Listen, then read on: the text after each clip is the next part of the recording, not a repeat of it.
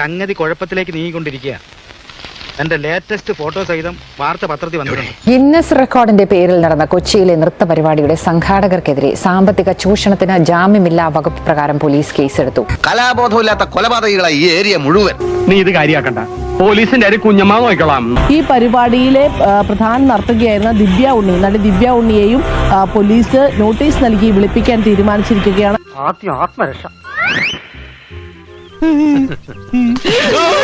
നാട് നിറച്ച് കള്ളന്മാരാ, എന്താ ചെയ്യാ? അന്വേഷണ സംഘം മൊഴിയെടുക്കാനിരിക്കെ നൃത്ത പരിപാടിക്ക് നേതൃത്വം നൽകിയ ദിവ്യ ഉണ്ണി അമേരിക്കയിലേക്ക്. അല്ല, കേസ് കഴിയാൻ നിനക്ക് പോകാൻ പറ്റൂല്ലോ. ഇവിടെ തീരുമാനിക്കുന്നത് ഞാൻ തന്നെയാണ്. ഞങ്ങൾ ചതിയംകുളങ്ങര ദേവീക്ഷേത്ര പുനരുദ്ധാരണ കമ്മിറ്റിക്കാരാ. ഇത് മേൽശാന്തി സുബ്രഹ്മണ്യ ശാസ്ത്രികൾ. നോക്കൂ എത്ര പെട്ടെന്നാണ് വീഴുന്നത് എന്ന്. നിനക്ക് മാപ്പില്ല കുറുപ്പേ, നീ എന്നെ ചതിച്ചു, ഈ നാട്ടുകാരെ മുഴുവൻ ചതിച്ചു. അതൊന്ന് കാറ്റടിച്ചാൽ പറന്നു പോകുന്നതാണ് ഈ ക്യൂ മാനേജരും ഈ നീല റിബണും. അതാണ് അവിടെ വെച്ചിരിക്കുന്നത്. പണിയെടുത്ത് തിന്നണമെന്നൊക്കെ ആഗ്രഹമുണ്ട് സാറേ, പക്ഷെ പറഞ്ഞു പറ്റിച്ച് തിന്നാലേ വായിന്നിറങ്ങുള്ളൂ.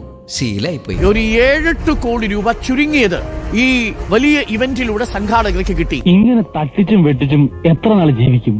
ഇതാ നമ്മളിപ്പോ രാജാക്കന്മാരെ പോലെയല്ലേ ജീവിക്കുന്നത്. ജന്മവാസന കൊണ്ടും കഷ്ടകാലം കൊണ്ടും ഞാൻ ഒരു കലാകാരനായി പോയി. കാശും പണവും മോഹിച്ചിട്ടല്ല ഈ രംഗത്ത് വന്നത്. എങ്കിൽ കിട്ടുന്ന കാശ് എല്ലാവർക്കും തുല്യമായി പങ്കിട്ടതാ. എവിടുന്ന് കിട്ടുന്നു കാശ്? നിഘോഷ മൃദംഗാവിഷന്റെ ആരാണ്? മൃദംഗാവിഷൻ മാനേജിംഗ് ഡയറക്ടറാണ്.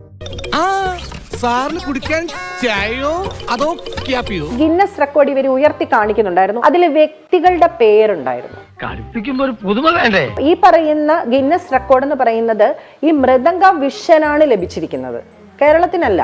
സംശയമൊന്നുമില്ലല്ലേ? മാ തോമസിന്റെ അപകടത്തിൽ നേരത്തെ തന്നെ പോലീസ് കേസെടുത്തിരുന്നു. ഇത് കൂടാതെ പണപ്പിരിവുമായി ബന്ധപ്പെട്ട് ഒരു കേസ് കൂടി രജിസ്റ്റർ ചെയ്തിരിക്കുന്നു. രണ്ടാമത്തെ എഫ്ഐആർ ഈ നടി ദിവ്യ ഉണ്ണിയിലേക്ക് കുറച്ചുകൂടി അടുത്തെത്തുന്ന രീതിയിലുള്ള ഒരു എഫ്ഐആർ കൂടിയാണ്.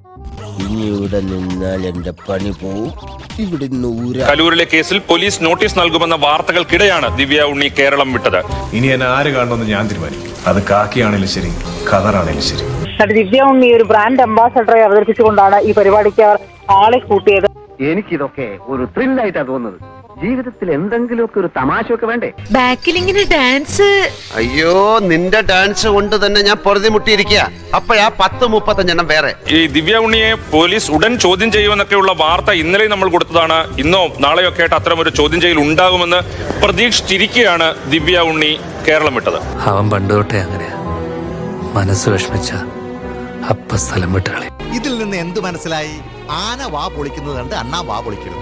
പറഞ്ഞിട്ട് എന്തൊരു കാര്യം? ഓടുന്ന കുതിരയ്ക്ക് ആടുന്ന പറി ഒരു പ്രശ്നമല്ല. കുതിര ഓടും പറി ആടും.